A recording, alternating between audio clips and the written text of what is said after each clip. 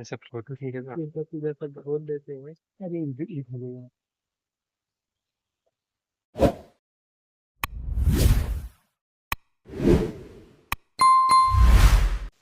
Hello everyone, good morning. I welcome all of you from my bottom heart in Learn and Grow classes. Friends, हम solve कर रहे हैं exercise और exercise में हम जो एक्सरसाइज सॉल्व कर रहे हैं वो रिलेटेड है डिग्री से। जो पिछली वीडियो थी वो उसमें हमने मोस्टली देखा कि जो क्वेश्चन थे वो सबके सब रिलेटेड थे पॉजिटिव डिग्री से या फिर एक दो क्वेश्चन मिल गए थे जो संबंधित थे कंपैरेटिव डिग्री से। अब यहाँ देखते हैं जो नेक्स्ट एक्सरसाइज है इस इंस्ट्रक्शन, इसमें क्या इंस्ट्रक्शन दिए गए हैं और हमें क्या करने हैं। तो यहाँ जो इंस्ट्रक्शन लिखा गया है रीराइट, इसको रीराइट करना है मतलब पुनः लिखना है। फॉलोइंग सेंटेंसेस जो नीचे दिए गए सेंटेंसेस हैं वाक्य हैं उनको पुनः लिखना है यूजिंग द पॉजिटिव डिग्री। ये जो सेंटेंस है 1 से लेकर के 10 नंबर तक के जो क्वेश्चन लिखे गए हैं वो किसी न किसी डिग्री में लिखे गए होंगे। उन सभी डिग्रियों को उठा करके हमें जो भी हो जिस भी डिग्री में हो कंपैरेटिव सुपरलेटिव हो या फिर किस डिग्री में हो उसे हमें उठा करके पॉजिटिव डिग्री में बदलने हैं। एडजेक्टिव्स जो एडजेक्टिव से दिए गए होंगे ऐसा कंपैरिजन रखे गए होंगे उन सभी को हमें तो किसमें कर देने हैं पॉजिटिव डिग्री में उठा के कर देने हैं। निम्नलिखित वाक्यों को पॉजिटिव डिग्री आप एडजेक्टिव का प्रयोग करते हुए पुनः लिखिए। इसको सॉल्व करने से पहले मैं आपको एक चीज रिमाइंड करा देना चाहता हूं कि जो हम पॉजिटिव डिग्री में कौन से फॉर्मूले का प्रयोग करते थे वो यहाँ पे बहुत आवश्यकता पड़ेगी उसको एक बार रिवीजन के लिए हम उस स्ट्रक्चर को आपको लिख करके पुनः बताते हैं कि कौन से स्ट्रक्चर पे इसे सॉल्व करने। तो देखते हैं देखिए एक तो था नॉर्मल जो था स्ट्रक्चर जो था कि अगर जो भी होगा पॉजिटिव डिग्री अगर एज से शुरू है मतलब जो सेंटेंस होगा उसमें एज आएगा तो उसकी जब हम डिग्री बनाएंगे जब भी हम उसको कंपैरेटिव डिग्री में चेंज करेंगे क्योंकि एज किस में आता है एज और सो एज ये दोनों आते हैं पॉजिटिव डिग्री दोनों के दोनों जो है इस तरह के स्ट्रक्चर का प्रयोग करते हैं हम पॉजिटिव डिग्री में। जब इनको हम कंपैरेटिव डिग्री में प्रयोग करेंगे तो हम कंपैरेटिव डिग्री में प्रयोग करने के लिए दैन का तो प्रयोग करेंगे ही करेंगे लेकिन साथ ही साथ अगर गेंद क्या होगा ये स्ट्रक्चर ये अफर्मेटिव सेंस में शो करता है और ये शो करता है निगेटिव। तो जब भी मित्रों हम इन्हें बनाएंगे तो इसे निगेटिव में बनाएंगे और इसे पॉजिटिव में बनाएंगे। मुझे उम्मीद है क्योंकि मैं इसको विजुअल आपको लिख करके और बाइक दोनों ही माध्यम से आपको बता चुका हूँ तो मुझे उम्मीद है कि आपको ये समझ में आ रही होगी। जैसे हम करते क्या थे कि अगर एग से लिया और उसकी कंपैरेटिव बनानी है तो हम करते क्या थे ये स्ट्रक्चर का प्रयोग करते थे सब्जेक्ट सेकेंड होता था और फिर उसके बाद क्रिया लिखते थे और फिर उसके बाद क्या लिखते थे कंपैरेटिव डिग्री का प्रयोग करते थे। जो भी कंपैरिजन के डिग्री यहाँ पे रखे होते थे उस डिग्री का प्रयोग एज अ कंपैरेटिव करते थे फिर दैन का प्रयोग करते थे और फिर जो है सब्जेक्ट फर्स्ट का प्रयोग करके यहाँ पे इस स्ट्रक्चर पे रख देते थे और वो पूरा हो जाता। लेकिन कब जब ये पॉजिटिव तो हमें प्रयोग करते थे इसका लेकिन इससे इस कंपैरेटिव डिग्री के तुरंत पहले हमें नॉट का प्रयोग करना होता था।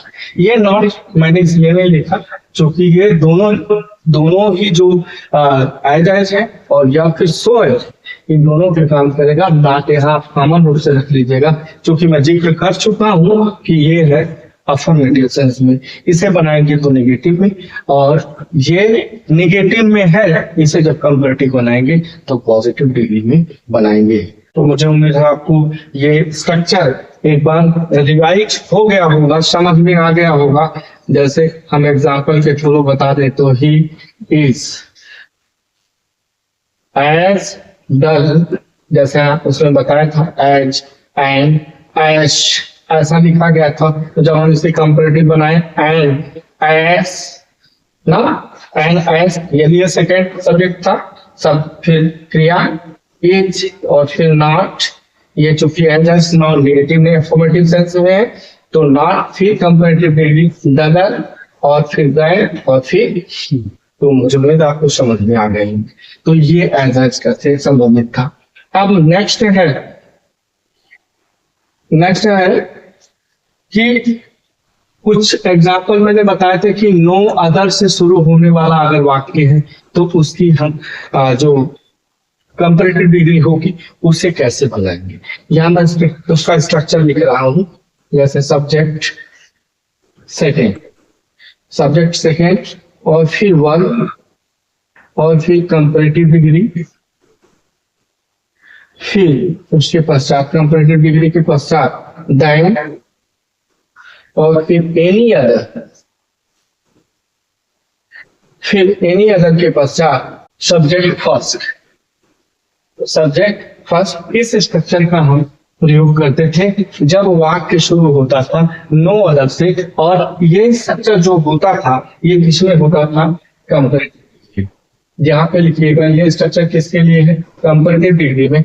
यहाँ से भी मैं जो लिखा उससे भी समझ सकते हैं, और यहाँ सीधी मैंने लिखा हुआ है ये ऑलरेडी कंपैरेटिव को शो कर रहा है। दूसरा देन लिखा हुआ है जो इसकी सबसे बड़ी पहचान है वो देन है, उससे ये माध्यम से आप जान सकते हैं ये अगर नो अदर से शुरू होने वाला वाक्य कोई है तो उसकी कंपैरेटिव बनाने के लिए हम इस स्ट्रक्चर का प्रयोग करेंगे।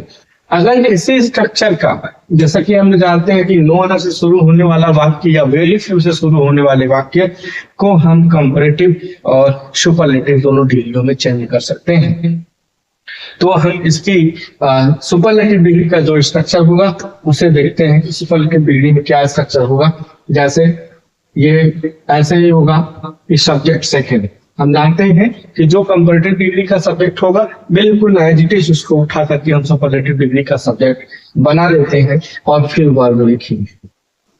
वर्ब के बाद जो इसका सबसे महत्वपूर्ण है ये सुपरलेटिव डिग्री का, सुपरलेटिव डिग्री ये लिखने से पहले हमें लिखना होगा द, तो ये महत्वपूर्ण है सबसे।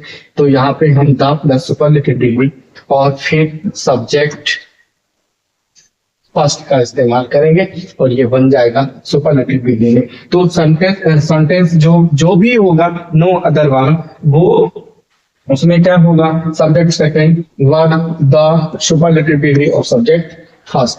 तो ये जो स्ट्रक्चर है नो अदर से शुरू होने वाले वाक्य को जब हम कंपैरेटिव और सुपरलेटिव डिग्री में बनाएंगे तब के लिए।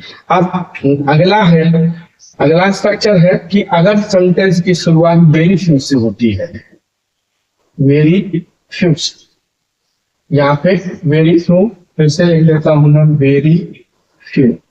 अगर सेंटेंस की शुरुआत वेरी फ्यू से होती है तो ऐसी दशा में हम कंपैरेटिव के जो सेंटेंस स्ट्रक्चर लिखेंगे बनाएंगे जो कंपैरेटिव डिग्री में उसको उसका स्ट्रक्चर क्या होगा, सेम ऐसे सब्जेक्ट सेकेंड के बाद वर्ब, फिर कंपैरेटिव डिग्री और फिर देन, और वेरी फ्यू को हम जैसे नो अदर को हमने किसमें चेंज किया था, एनी अदर, उसी तरह से वेरी फ्यू को हम चेंज करते हैं मोस्ट अदर में, मोस्ट अदर, और इस मोस्ट अदर की जगह मेनी अदर का भी प्रयोग किया जाता है। मेनी अदर दोनों में से कोई का कर सकते हैं लेकिन मोस्टली मोस्ट का ही प्रयोग किया जाता है। मेनी का अगर हम कर देते तो सेंटेंस गलत नहीं होगा, किंतु इसका मोस्ट का प्रयोग ज्यादातर करके बनाया जाता है। तो आप जब भी इसको मान लीजिए क्योंकि हम किसमें कर रहे हैं, ये पॉजिटिव से कंपैरेटिव और सुपरलेटिव हो रहे हैं तो डेफिनेटली ये सुपरलेटिव अगर दिया होगा तो हम कंपैरेटिव और पॉजिटिव इसका बना सकते हैं। तो अगर कहीं मेनी अदर या मोस्ट अदर दिया होगा तो उसके वो आपको ये ध्यान में तुरंत आना चाहिए कि ये सेंटेंस किससे शुरू हुआ होगा, वेरी फ्यू से, और इसके पश्चात हम लिख देंगे सब्जेक्ट फर्स्ट। सब्जेक्ट। तो ये रहा जो कंपैरेटिव डिग्री से को शो करेगा, ये कंपैरेटिव डिग्री को शो करने वाला जो वेरिएबल से शुरू होगा। अब सुपरलेटिव डिग्री, सुपरलेटिव डिग्री अगर किसी का वेरिएबल से शुरू होने वाले वाक्य की सुपरलेटिव डिग्री बनानी होगी तो जैसा हम देख रहे हैं कि बनाने के लिए सब्जेक्ट ऐसे ही रखेंगे जो कंपैरेटिव में होगा, तो कंपैरेटिव डिग्री का सब्जेक्ट जैसे सेकंड है वैसे सुपरलेटिव में सेकंड। फिर क्रिया वर्ब, वर्ब के पश्चात वन ऑफ और उसके पश्चात द और उसके पश्चात जो द के पश्चात होगा वो होगा सुपरलेटिव डिग्री, सुपरलेटिव डिग्री और फिर उसके पश्चात आएगा सब्जेक्ट फर्स्ट। तो ये स्ट्रक्चर रहा जिसे हम जब वेरी फ्यू से शुरू होने वाला वाक्य होगा तो उसकी जब हम सुपरलेटिव बनाएंगे सुपरलेटिव डिग्री तो सब्जेक्ट सेकंड फिर वन ऑफ। तो इसे ध्यान रखना होगा, वन ऑफ का वन ऑफ द का प्रयोग सुपरलेटिव डिग्री में कब किया जाता है, जब सेंटेंस की शुरुआत वेरी फ्यू से हो तब, और फिर उसके बाद सुपरलेटिव डिग्री का प्रयोग कर देते हैं और ये सेंटेंस उसके पश्चात सब्जेक्ट फर्स्ट। तो ये थोड़ा सा स्ट्रक्चर का रिवीजन रहा, क्योंकि इन्हीं के आधार पर अभी जो हम एक्सरसाइज सॉल्व करने जा रहे हैं उसमें इनका प्रयोग हमें आवश्यक रूप से करना पड़ेगा, क्योंकि ऐसे ही कुछ उसमें क्वेश्चन ही दिए गए हैं जहाँ पे इनका प्रयोग हमें करना पड़ेगा। तो मुझे उम्मीद है कि आपको रिवाइज हो गया होगा। तो आइए हम सॉल्व करते हैं जो एक्सरसाइज में उसे देखते हैं क्या है उसमें। ये एक्सरसाइज है 8 नंबर की इंस्ट्रक्शन हम ऑलरेडी पढ़ चुके हैं कि पॉजिटिव डिग्री में हमें जितने भी क्वेश्चन लिखे गए हैं उन सभी क्वेश्चन को हमें चेंज किसमें करने हैं, पॉजिटिव डिग्री में। तो हम पॉजिटिव डिग्री में चेंज करते हैं। पहला क्वेश्चन लिखता है कि Rajesh is the most disciplined boy of our class. Rajesh is the most discipline. अब ये देखिए सेंटेंस है कौन से में, मित्रों ये जो सेंटेंस है ये है सुपरलेटिव डिग्री। हमने कैसे जाना, ये तो द लगा दूसरा मोस्ट लगा है, तो हमें ये सुपरलेटिव डिग्री में दिख रहा है।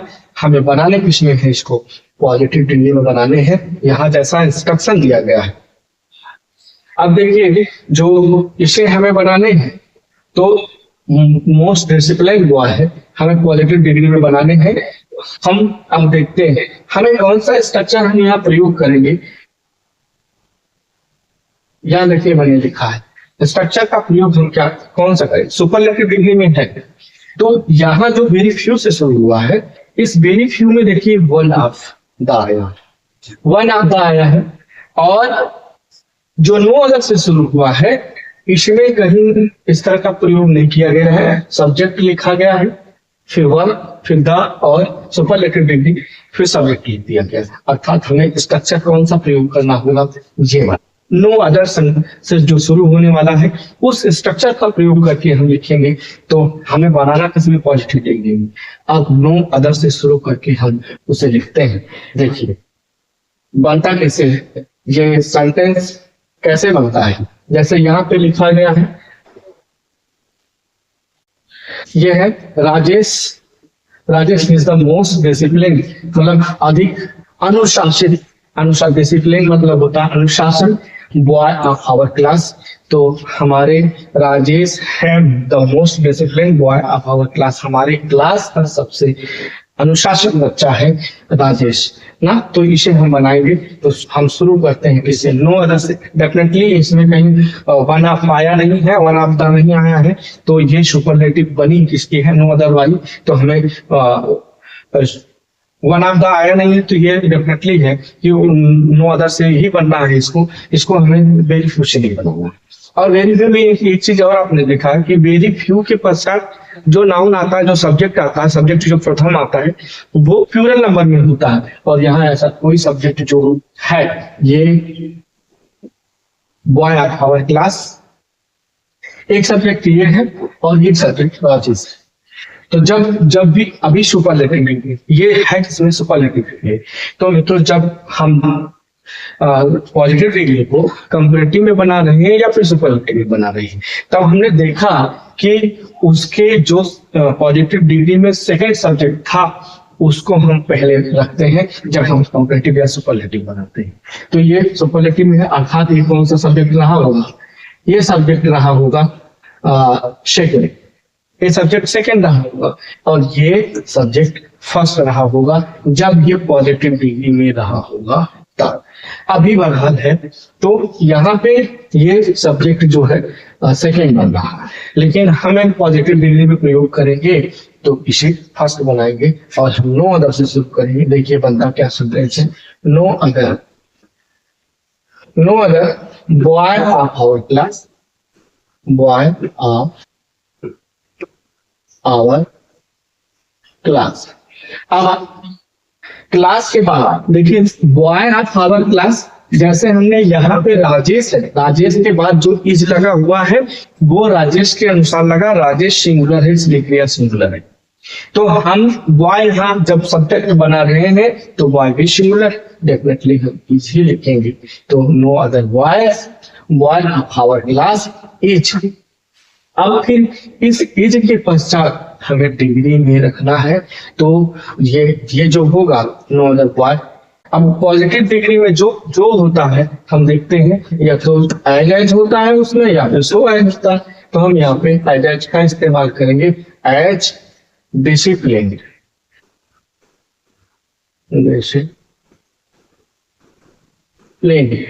एज राजेश। तो no other boy of our class, हमारे क्लास का कोई भी बच्चा नहीं है, इज एज डिसिप्लिन, उतना अनुशासित एज राजेश है जितना कि राजेश है। यहाँ पे भी वही बात कर रहा है, Rajesh is most discipline boy of our class, Rajesh हमारे क्लास का सबसे अनुशासित बच्चा है। तो दोनों ही क्वेश्चन से है, मुझे उम्मीद है आपको ये पॉजिटिव डिग्री जो मैंने बनाया है, जो स्ट्रक्चर था वो उस पे आपको ये समझ में आ गया। अब नेक्स्ट नंबर देखते हैं, सेकंड नंबर का जो है क्वेश्चन नंबर है सेकंड, और सेकंड के क्वेश्चन में लिखा है January is the coldest month in India. देखिए ये भी जो इसकी डिग्री जो है इस क्वेश्चन के कौन से डिग्री में लिखा गया है, ये भी सुपरलेटिव डिग्री है। जैसे ऊपर वाला सुपरलेटिव डिग्री में था ठीक उसी तरह से देखिए यहाँ पे दा लगा हुआ है, कोल्डेस्ट EST लगा हुआ है, तो इससे आप जाएंगे और इसकी भी हम उसी तरह से बनाएंगे जैसे हमने फर्स्ट क्वेश्चन का बनाया। तो हम लिखते हैं ध्यान पे नो अदर। अब इसमें सब्जेक्ट देखते हैं, ये सब्जेक्ट है जो एक सब्जेक्ट है और दूसरा सब्जेक्ट है मंथ इन इंडिया, एक सब्जेक्ट ये है।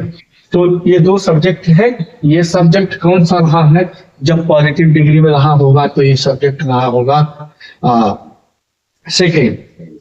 सेकेंड सब्जेक्ट रहा होगा और ये फर्स्ट रहा होगा। हमें उठाना किसको है, फर्स्ट को। फर्स्ट हम उठाते हैं no other month in India, no other month in India. अब फिर इंडिया क्या है, सिंगुलर के प्लूरल, तो वो सिंगुलर है, जैसे जनवरी सिंगुलर है, इज लगा हुआ है, यहाँ पे लगा देंगे हम is. No other month in India is. अब फिर एज के बाद कंपैरेटिव डिग्री रखेंगे, कोल्डेस्ट लिखा हुआ है, कंपैरिजन को शो करने वाले जो एडजेक्टिव से रखे गए हैं उसको इस एज के बीच में रखेंगे, वो है कोल्ड होगा पॉजिटिव, कोल्ड, कोल्डर, कोल्डेस्ट, और फिर एज, और फिर सब्जेक्ट जो उसका फर्स्ट है यहाँ पे उसे उठा करके रख देंगे, वो है जनवरी। तो no other month in India, India में, भारत में कोई भी ऐसा मंथ नहीं है is as cold as January, जितना उतना ठंड जितना कि जनवरी में होता है। यहाँ कह रहा है January is the coldest month in India. जनवरी जो है सबसे ठंड ठंड का महीना है, कोल्ड है, कोल्डेस्ट मंथ है इन इंडिया का। तो उम्मीद है आपको ये भी समझ में आ गए होंगे। अगर फर्स्ट समझ में आएगा तो सेकंड भी उसी पे आ जाएगा समझ में। अगर ये नहीं समझ में आ रहा है तो आप स्ट्रक्चर को सामने बिल्कुल रखिए। जैसे मैंने वहां चूंकि सभी स्ट्रक्चर एक साथ लिखे हैं, इसलिए दोनों एक साथ नहीं आ सकते, इसलिए तभी मैंने उसको पहले लिख करके आपको बताने का, समझाने का प्रयास किया है। आप जब भी सॉल्व करेंगे इसको तो आप अपने सामने पहले उस स्ट्रक्चर को लिख कर रखेंगे, उसके पश्चात ही इसे सॉल्व करेंगे, सॉल्व कर ले जाएगा। अब अगला है और थर्ड नंबर पे है। थर्ड नंबर पे जो क्वेश्चन है वो लिखा गया है, Sushil is more intelligent than any other boy in this school. अब देखिए ये चेंज हो गया, ये देन से पता चल रहा है कि कंपैरेटिव डिग्री में है, लेकिन हमें यहां से अगर श्योर है तो ठीक है, नहीं है तो मैं आपको शेयर कर देना चाहता हूं एक बार पुनः उस स्ट्रक्चर पे जाकर के कि ये कौन से का है, किसका है कंपैरेटिव डिग्री। जो ये थर्ड नंबर का क्वेश्चन है, वेरी फ्यू से शुरू होने वाले वाक्य का या फिर शुरू होने वाले जो है नो अदर सन। तो यहां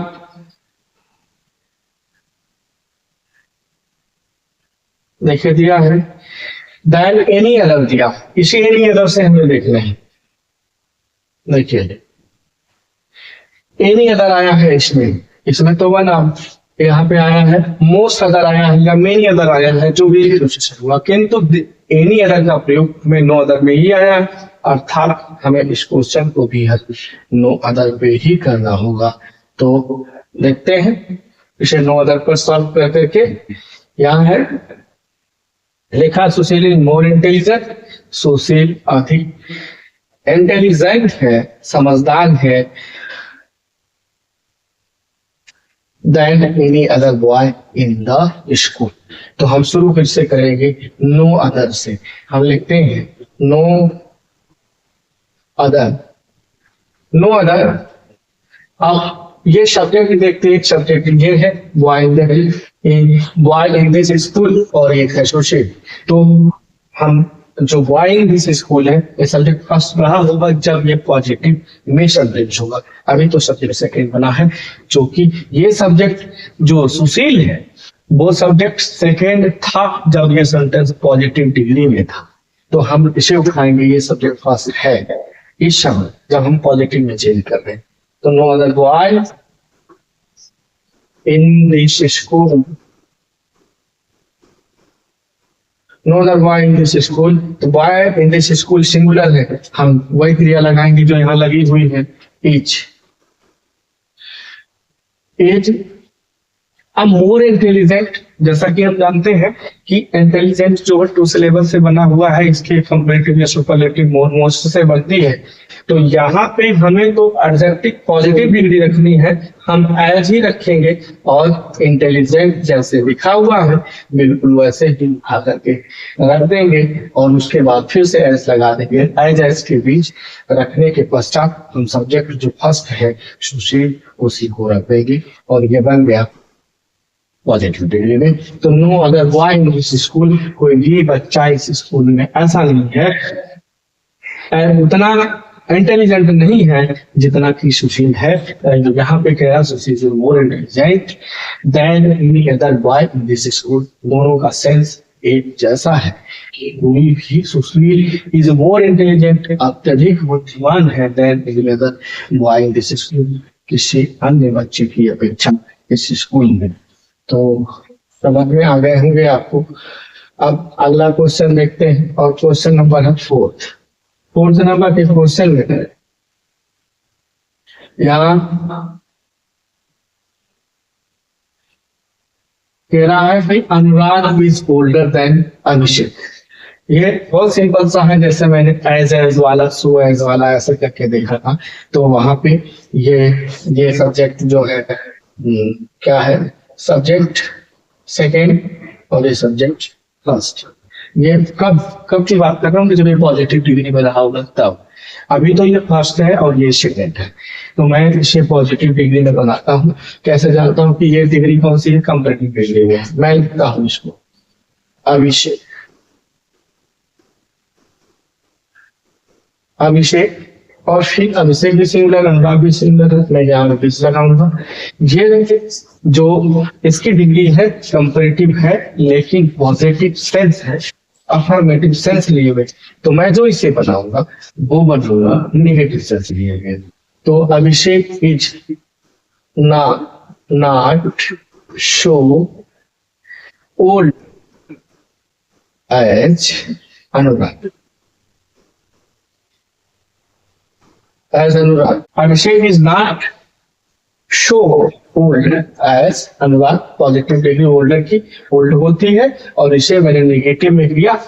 अभिषेक इज नॉट, अभिषेक नहीं है शो ओल्ड उतना होगा एज अनुराग, जितना की उतना जितना की अनुराग है। यहाँ पे कह रहा है अनुराग इज ओल्डर, अधिक का अधिक है, बड़ा है, पुराना है, देन अभिषेक, अभिषेक की अपेक्षा।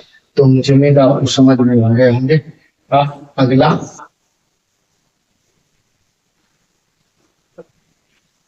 नेक्स्ट नंबर पे है कि your word is heavier than mine. बिल्कुल सेम जैसा फोर्थ था उसी तरह से फिफ्थ वाला भी है। तो हम यहाँ पे माइंड जो है, माइंड मतलब मेरा है, तो यहाँ योर वर्ड, देखिए यहाँ पे एक चीज से और आपको समझने होंगे कि माइंड करके वो बचना किससे चाहा, repetition of noun. Your word is heavier, तुम्हारा बैग या तुम्हारा बैग इज हैवियर, अधिक भारी, हैवियर मतलब अधिक भारी, भारी होना, देन माइंड, मेरे क्या, मेरे बैग की अपेक्षा। तो हम यहाँ पे जो होगा, तो ये माइंड किसका पॉसेसिव है आएगा, हम बनाएंगे इसको कि माई बैग, बैग ला देंगे अपने से, चूंकि इसमें इंक्लूड है ऑलरेडी बैग सेंस, जो सिर्फ माइंड कर करके उसने नाउन के रिपीटेशन से बचने के लिए प्रयोग किया है पॉसेसिव प्रोनाउन का, और वाक्य की सुंदरता बनाए रखने के लिए माई बैग ऑफ इच, और फिर से ये पॉजिटिव अफर्मेटिव सेंस, फिर से हम नेगेटिव पर आए, show my bag is not, sorry not रहेगा पहले, नॉट शो, और हैवियर का हैवी, HEAVY, हैवी एच। अब योर वेयर जैसे था, यहाँ पे माइंड हमने पॉसेसिव प्रोनाउन प्रयोग किया है, ठीक उसी तरह से हम यू का पॉसेसिव प्रोनाउन योर्स करेंगे। योर क्वेश्चन हल हो गया कि my bag not so heavy as yours, मेरा बैग उतना भारी नहीं है जितना कि तुम्हारा। यहाँ कह रहा है कि तुम्हारा बैग है इज हैवियर, योर बैग, तुम्हारा बैग हैवी है, वजनदार है या काफी भारी है, देन माई, मेरे बैग की अपेक्षा। और यहाँ कह रहा my bag is not so heavy, मेरा बैग उतना भारी नहीं है जितना कि तुम्हारा। तो मुझे उम्मीद आपको समझ में आ गया। अब अगला देखते हैं, क्वेश्चन नंबर है 6 नंबर का, और 6 नंबर के क्वेश्चन में लिखा है कि Sheikh Dhaniram is the richest person in our town. Sheikh Dhaniram हमारे टाउन की, हमारे कस्बे की सबसे रिचेस्ट पर्सन है। तो फिर से देखिए सुपरलेटिव डिग्री का प्रयोग कर दिया गया, और यहाँ साथ साथ कहीं पे भी वो प्रयोग नहीं हुआ। जैसे देखिए ये क्वेश्चन है, जैसे क्वेश्चन ये बिल्कुल एज इट इज, ऐसे ही डिग्री का प्रयोग, ऐसे ही डिग्री का प्रयोग करके ये भी लिखा गया है। तो मतलब क्या है इसका कि हम इसको भी नो अदर से ही बनाएंगे। तो हम यहाँ पे लिखते हैं, यहाँ देखिए रिचेस्ट के बाद पर्सन इन द टाउन एक सब्जेक्ट ये है, और स्टेट धनीराम एक सब्जेक्ट ये है। हम लिखते हैं कि no other person in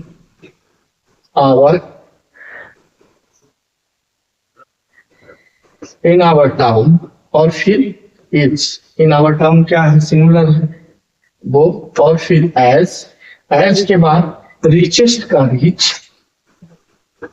as से धनीराम, शेठ धनी राम। ये क्वेश्चन हल हो गया। सेठ Dhani Ram is the richest person, सबसे अमीर व्यक्ति है इन आवर टाउन, हमारे कस्बे के। और यहाँ कह रहा है नो अदर पर्सन, जब हम उसको पॉजिटिव में बनाए हैं कि no other person in our town, कोई भी व्यक्ति हमारे कस्बे में इतना अमीर नहीं है जितना कि सेठ धनी राम है। तो मुझे उम्मीद है आपको ये भी समझ में आ गए होंगे। सिर्फ स्ट्रक्चर फॉलो करने हैं, स्ट्रक्चर फॉलो कर लेंगे आप, क्वेश्चन हल हो जाएगा। अगला है 7th नंबर का, और 7th नंबर के क्वेश्चन में बता रहा कि Mumbai is the biggest city in India. Same ऐसे ही बनाना है, हम इस पे नो अदर से ही बनेगा। लिखेंगे एक सब्जेक्ट सिटी इन इंडिया है, एक मुंबई है, हम बनाएंगे no other city in India, और फिर इज एज बिग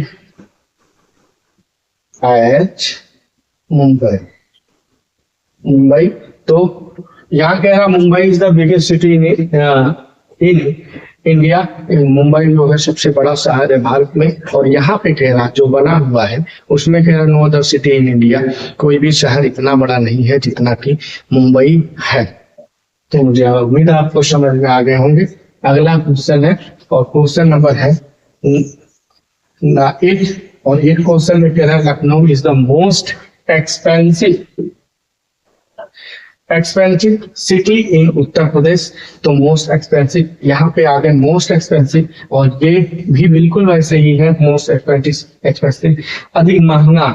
एक्सपेंसिव मतलब अधिक महंगा है। तो हम इस क्वेश्चन को भी बिल्कुल जैसे हमने अभी तक बनाया है बिल्कुल उसी तरह से बनेगा। जैसे देखिए यहाँ पे हम लिखेंगे कि एक इसमें जो एक सब्जेक्ट है वो बनेगा सिटी इन उत्तर प्रदेश, और एक लखनऊ बनेगा। तो हम सेंटेंस लिखेंगे no other city in Uttar Pradesh, Uttar Pradesh is as expensive as Lucknow. Lucknow में यहाँ बस मैंने बोल दिया है, आप ऐसे ही यहाँ पे लिखा हुआ उसको लिख लीजिएगा। No other city in Uttar Pradesh, no other city in Uttar Pradesh is as expensive as Lucknow. कोई भी शहर इन उत्तर प्रदेश में कोई भी ऐसा शहर नहीं है जो इतना एक्सपेंसिव, इतना महंगा हो जितना कि लखनऊ है। नेक्स्ट क्वेश्चन है, और वो क्वेश्चन नंबर है 9 नंबर का। 9 नंबर के क्वेश्चन में लिखा है Chandigarh is one of the cleanest cities in India.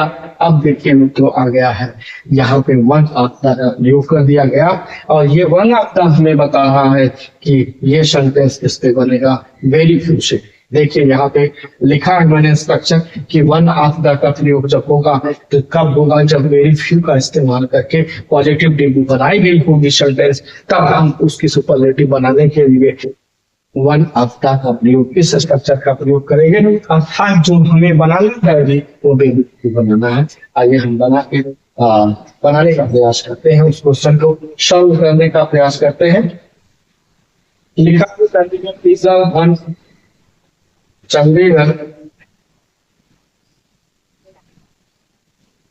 Chandigarh is one of the cleanest cities in India. तो सिटीज इन इंडिया एक सब्जेक्ट ये है और चंडीगढ़ एक सब्जेक्ट ये है। तो हम बनाएंगे इसको वेरी फ्यू से बनाएंगे, और वेरी फ्यू से बनेगा वो लिखा जाएगा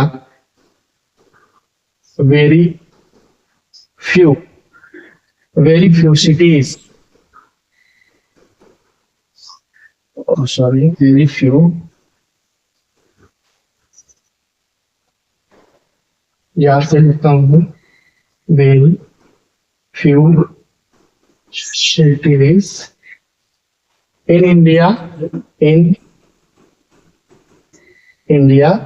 very few cities in India। अब देखिए यहाँ चंडीगढ़ था तो ये सिंगुलर इसलिए लगा। यहाँ पे cities in India, cities plural number में है, जैसा उसमें आता है वेरी फ्यू के बाद प्लूरल नाउन आता है, तो हम सब्जेक्ट अब क्रिया इसके अनुसार लगाएंगे और इसके बजाय ये होगी आर। तो very few cities in India are as और क्लीनेस्ट, द क्लीनेस्ट का जो है वो लिखेंगे हम क्लीन एज चंडीगढ़। चंडीगढ़ ऐसे ही लिख लेंगे आप एज चंडीगढ़। कि very few cities in India, बहुत वेरी फ्यू, बहुत कम ही सिटीज इन इंडिया, भारत में बहुत कम ही शहर है एज क्लीन एज चंडीगढ़, जितना कि साफ सुथरा चंडीगढ़ है। यहाँ पे क्या था, Chandigarh is one of the most cleanest city in India. Chandigarh जो है वह है वन ऑफ द क्लीनेस्ट, सबसे साफ सुथरे में से एक शहर इन इंडिया, भारत में सबसे साफ सुथरे शहर में से एक शहर है। और यहाँ जो बना वो बना वेरी फ्यू सिटीज, बहुत कम ही शहर है इन इंडिया में, भारत में, वह are as clean as Chandigarh. तो जो मेरा आपको ये समझ में आ गया होगा। हमने इसको वेरी फ्यू से कैसे बनाया, हमने देखा क्यों यहाँ पे एक तो वन ऑफ द दिया गया, दूसरा इसको पकड़ने का तरीका मित्रों ये है कि यहाँ देखिए जो यहाँ सिटीज लिखा है, जब हम वेरी फ्यू का स्ट्रक्चर लिख करके देखे थे तो उसमें ये प्लूरल नाउन आया था, जिसको मैंने बुक से आपको बताया था। वहाँ बुक वाले स्ट्रक्चर में जाकर के देख लीजिएगा तो वहां आपको क्लियर हो जाएगा ये प्लूरल नाउन आएगा। तो जब ये फर्स्ट बने पॉजिटिव डिग्री के बनाने समय, तब इसके अनुसार एक तो क्रिया प्लूरल आएगी और दूसरा इससे हम पहचान भी सकते हैं कि ये वेरी फ्यू से बने। अब इस एक्सरसाइज का अंतिम और 10वां प्रश्न है, वो है कि data is richer than many other people in India. देखिए इसको मैंने अभी बताया था, फिर से मैं स्ट्रक्चर पे जाता हूँ और यहाँ देखता हूँ कि कौन से स्ट्रक्चर में मेनी अदर का प्रयोग किया गया है। देखिए यहाँ मैंने बताया था कि जो वेरी फ्यू से बनेगा मित्रों, एक तो हम सेंटेंस जो बनाते हैं कॉम्परेटिव डिग्री में वो मोस्ट अदर से शुरू होता है या फिर मेनी अदर का भी प्रयोग किया जाता है, लेकिन मोस्टली प्रयोग किया जाता है मोस्ट, और मेनी अदर प्रयोग करेंगे तो गलत नहीं होता। अर्थात हमें बस इतना लिखना है कि यहाँ मेनी अदर का प्रयोग किया गया है। जो क्वेश्चन अभी 10 नंबर का हमने देखा उसमें इसमें मेनी अदर का प्रयोग किया गया है और बनाना सेंटेंस हमें किसमें, पॉजिटिव डिग्री में। अर्थात हम जो क्वेश्चन बनाएंगे वो वेरी फ्यू से होगा, ना कि नो अदर से होगा। तो क्वेश्चन का को हम पॉजिटिव डिग्री में बनाते हैं। देखिए Tata is the richer than many other people in India, तो हम बनाएंगे वेरी फ्यू, यहाँ लिखते हैं वेरी